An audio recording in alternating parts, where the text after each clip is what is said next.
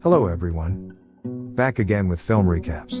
In this video, I'm going to recap one of the thriller fantasy films from 2019, titled The Room. Before we get to the storyline, I'd like to wish everyone a happy and great day. Without further ado, let's get straight to the storyline. The movie begins with a married couple named Matt and Kate. They have just moved into their newly purchased home, which is located in a remote area. Shortly after, the couple begins cleaning the house while playfully fooling around with each other. We then learn that Matt is a struggling artist, and Kate is an underpaid translator. So, they are not financially secure, and this house is the best they can afford. Later, Kate is in the kitchen, and discovers a dead bird on the floor. Matt is also clearing out some furniture when he comes across a vintage, cross-shaped key. Kate decides to bury the bird, but she's startled when Matt throws furniture out the window, and then she notices that the bird has mysteriously vanished. Later, while ripping off wallpaper in the house, Matt comes across an old-fashioned door with a hole in the center. He quickly retrieves the earlier key from the trash, and unlocks the door.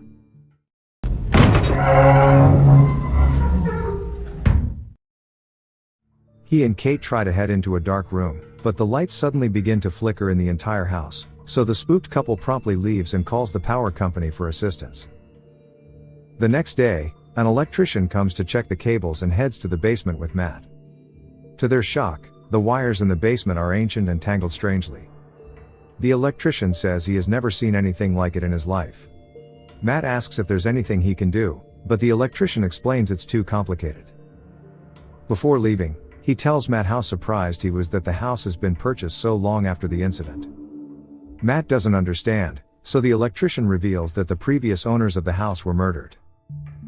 Later, while searching the internet, Matt discovers that the previous owners, a married couple, were murdered in this house by a man in the 1970s. The perpetrator was eventually arrested, but his identity is unknown, so he is referred to as John Doe. This worries Matt, and he drunkenly begins sketching a portrait of John Doe based on his picture. Afterward, he heads to the secret room and finishes a bottle of liquor. He then wishes he had another bottle, right when this happens.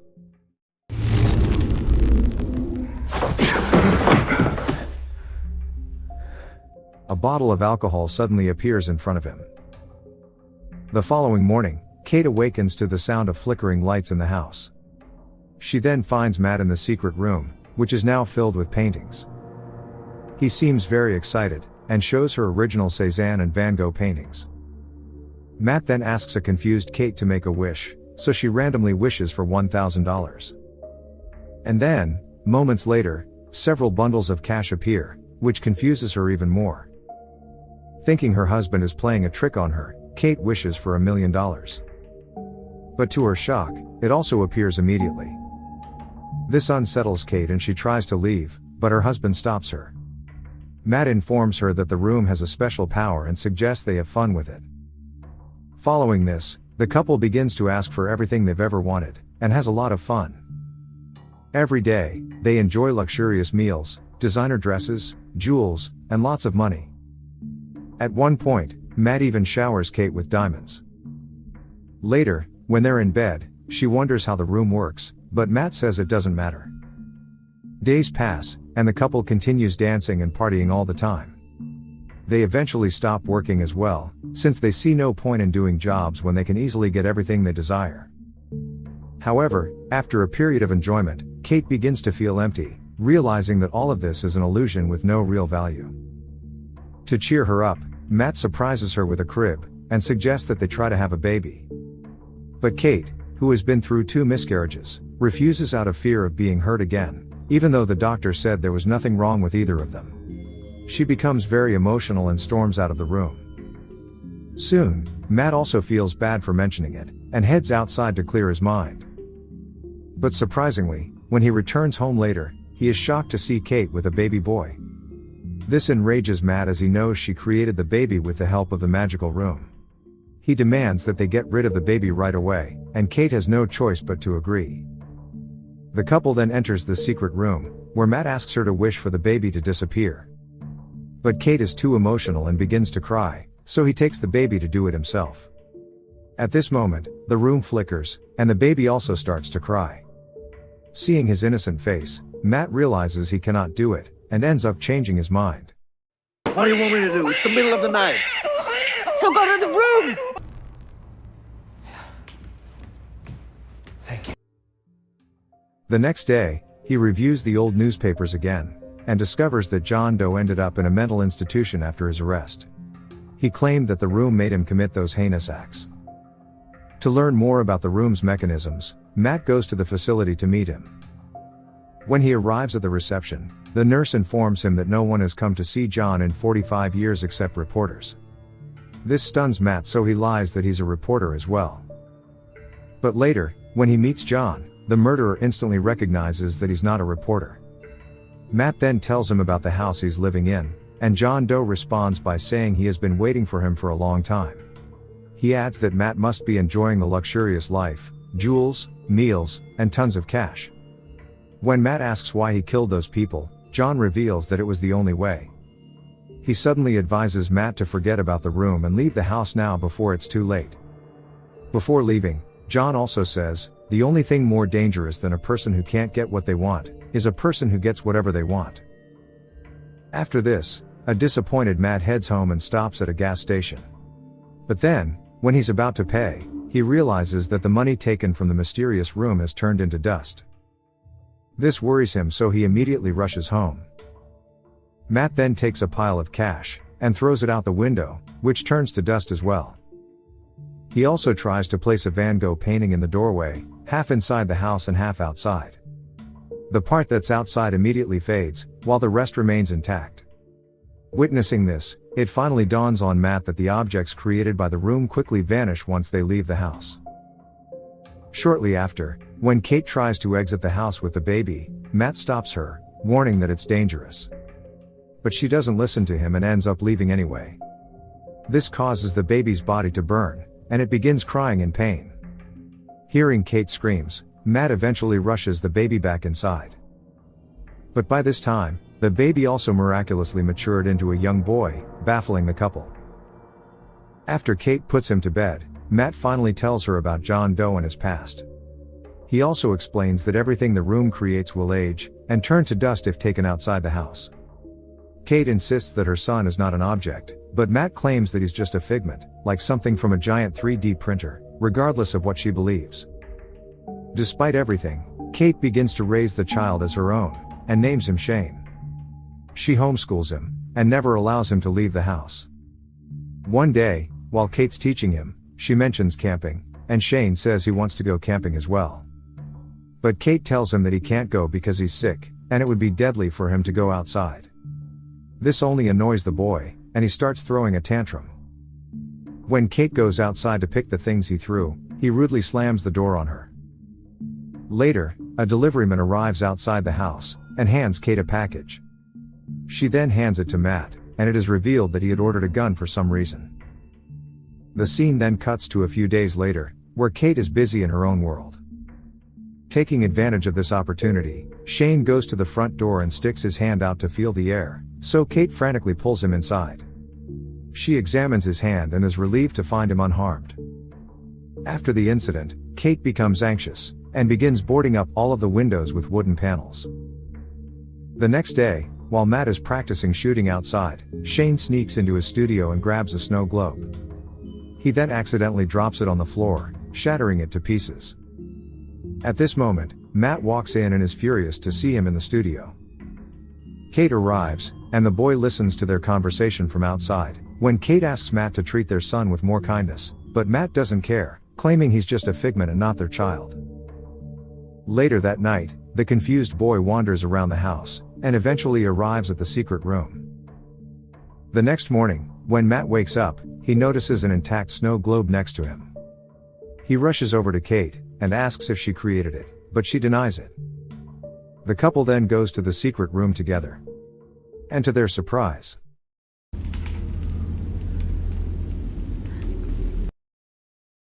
they notice Shane has built an entire forest inside. It turns out he has figured out the magic of the secret room. The boy is excitedly playing with his snowman, and this impresses Kate.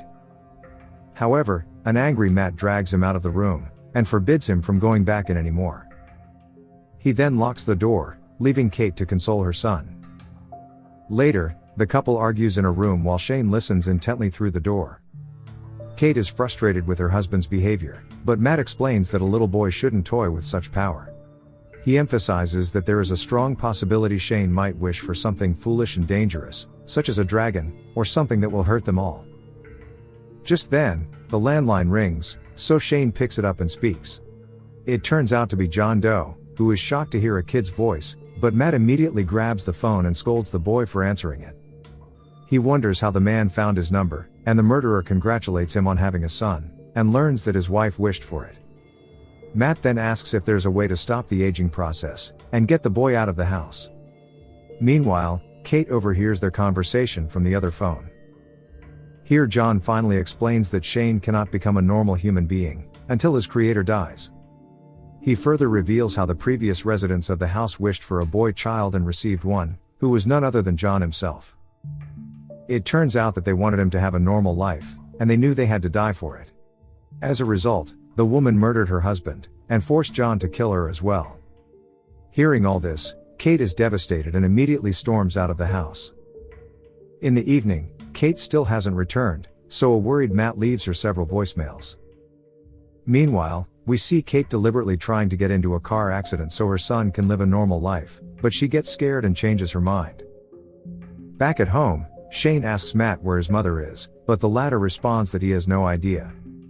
The boy then asks what a figment is, and Matt tries to ignore him, but Shane continues to pester him with questions, which irritates him. In the end, Matt angrily reveals that they are not his parents, and he's not a real person. He also reveals that if Shane goes outside, he will continue to grow until he becomes dust and dies. Shane accuses him of lying, but an enraged Matt grabs him, dares him to go outside, and even asks if he remembers anything before the past 3 months. Matt emphasizes that he's not a real person, so the scared boy immediately retreats to his room. Afterward, Matt feels terrible and goes to apologize to Shane, saying he didn't mean anything. The child also forgives him, and they eventually start bonding. Later, when Kate arrives home, she is pleased to see the two sleeping together. Matt soon awakens, and they share a kiss and end up making love. Unbeknownst to them, Shane is creepily watching them through the door. Later that night, while they're sleeping, Shane takes the house key from his dad's pocket. The next morning, when the couple wakes up, they go to Shane's room, only to find it empty. They are horrified to see the front door open, and Shane's clothes scattered on the floor.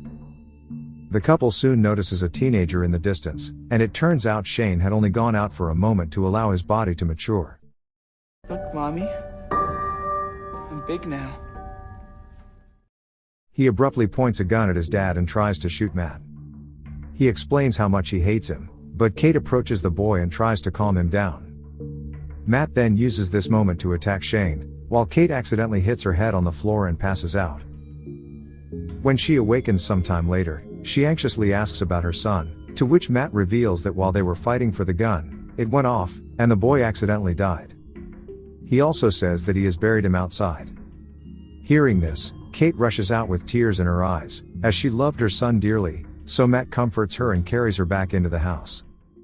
Then, to our surprise, we see the real Matt, who has just woken up from the fainting spell elsewhere. It turns out the version of Matt with his wife is actually Shane, and he used the room to look like his dad. Matt can't find anyone in sight, and he tries to enter the secret room, but discovers it is locked from the inside. In a desperate attempt, he begins to destroy the wall to reach the other side. On the other hand, Kate and Shane are having lunch when she tells him that she wants to leave the house. But he refuses, saying they can't survive outside as they have no money or job. Kate also notices him clumsily eating like a child, and even crunching ice like Shane used to do, but doesn't think much of it. Meanwhile, Matt finally breaks through the wall, and travels through a tunnel of cables to reach the secret room.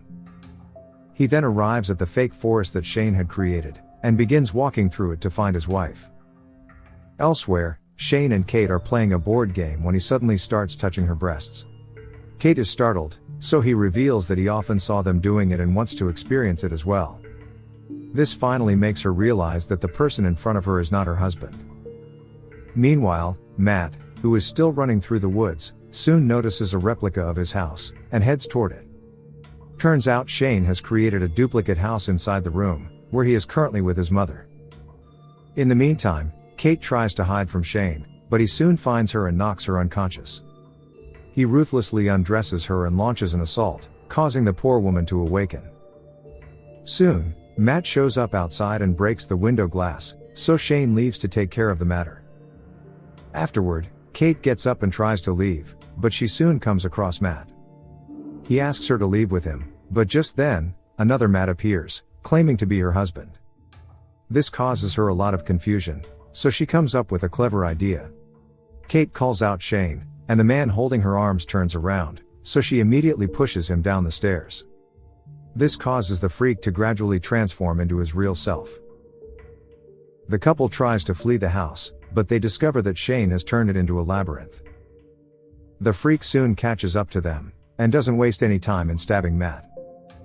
He then approaches a distressed Kate and assures her that everything will be fine. But to his shock, it turns out to be the clone of his parents, and not actually them. The couple has escaped the replica house, and is running toward the forest already. They soon arrive at the mysterious room, and then to the real house while being followed by Shane. Next, Matt and Kate reach the front door and proceed to leave, but Shane also arrives with a knife. He immediately runs to attack Matt, so the latter brings him outside. Realizing he can't be out, Shane tries to re-enter the house, but Kate shuts the door. This causes Shane to age quickly, and soon he turns into an old man. Kate then steps out to observe, as the aged Shane finally lies down and dies, turning to dust.